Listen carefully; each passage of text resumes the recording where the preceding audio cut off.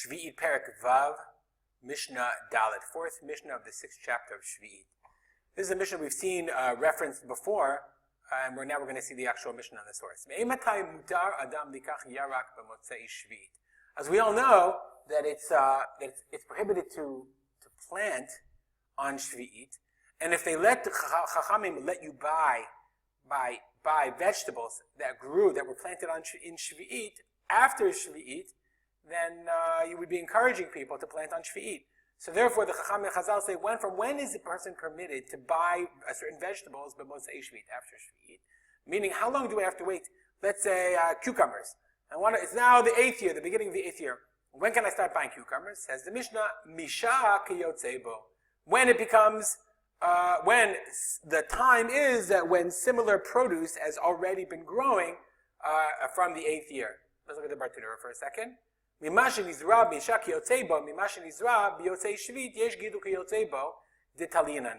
So as soon as cucumbers grow, after they were planted, if I want to buy cucumbers, I have to wait until the cucumbers that were planted in the 8th year are grown and are ripe.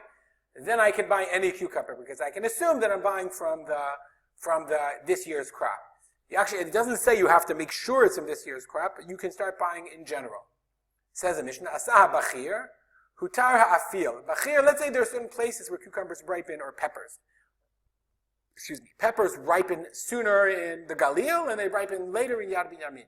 So Asah Bachir, right? As soon as the Bachir, the earlier ripening becomes ripe, the earlier area, and then Hutar ha'afil, then even in the place where it becomes ripened later, it's mutar. As long as it becomes ripe in some places, and it's mutar in the other place. Why? Talina says the Bartanura, because we assume that from the Makom HaBechir that they brought the imported peppers in Yad Binyamin from the Galil, or what have you.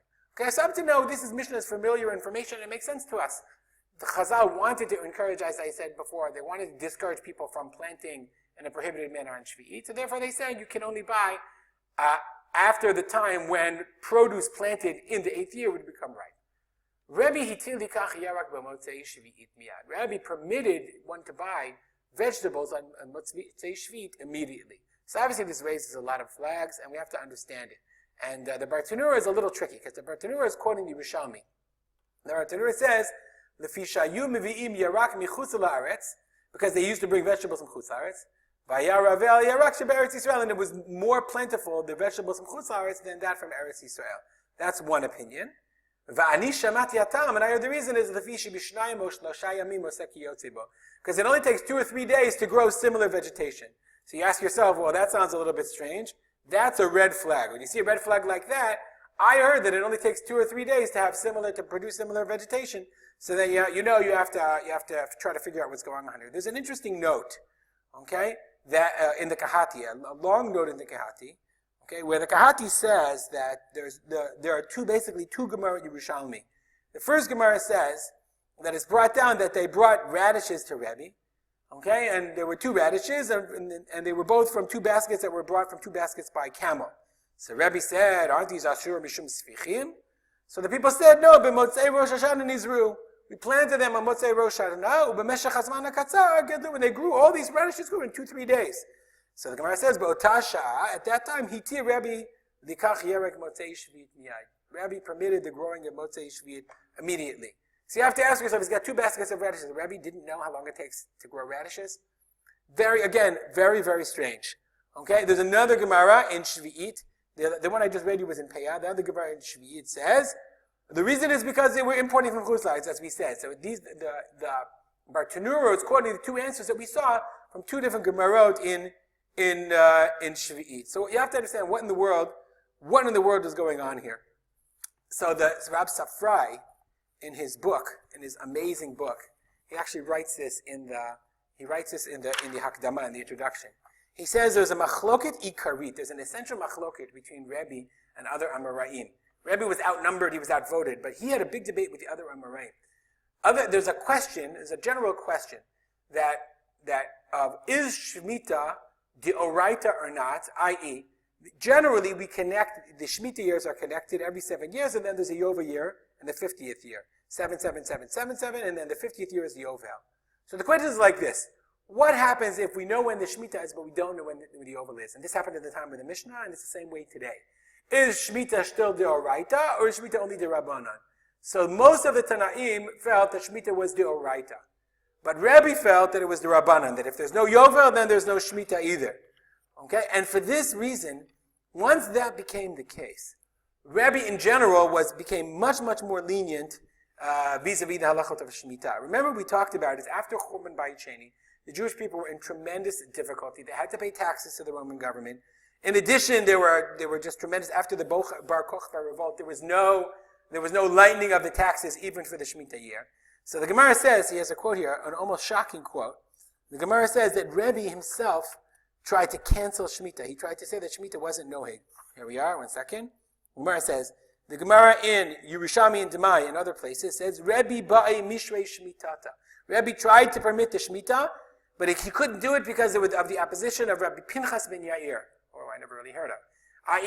He tried to take a very lenient approach, but he was rejected by Chazal. So but there are a lot of examples of Rebbe being much more mekil. So this is just one example of Rebbe trying to minimize to whatever degree possible he could the laws of Shemitah. So here Rebbe hitir likach hirak b'motzei Sheviit miyad. Rebbe himself didn't think that it was necessarily permitted asur if Shemitah is only d'Rabbanan. And there's a tremendous hardship, then you could find a kula. You could find an excuse in order to permit. So Rabbi lost out on the debate about permitting, but he would permit people to buy yerek immediately in Motzei Sheviit. So Rab Safrai says, when the Gemara says that the reason is Shnayim o Shloshayim o Seki Yosef, and they said, no, it grows in 2 or 3 days, Rabbi's like, sounds good to me, because he had a vested interest, halachically, to make a psak halacha in order to permit that which, in order to permit Shevi'it.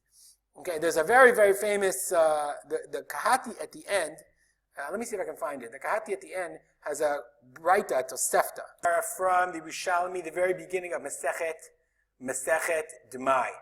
Okay? Says the Gemara, Rebbe Hitir Beichan. I lost it. Okay, let me find it again. Rebbe.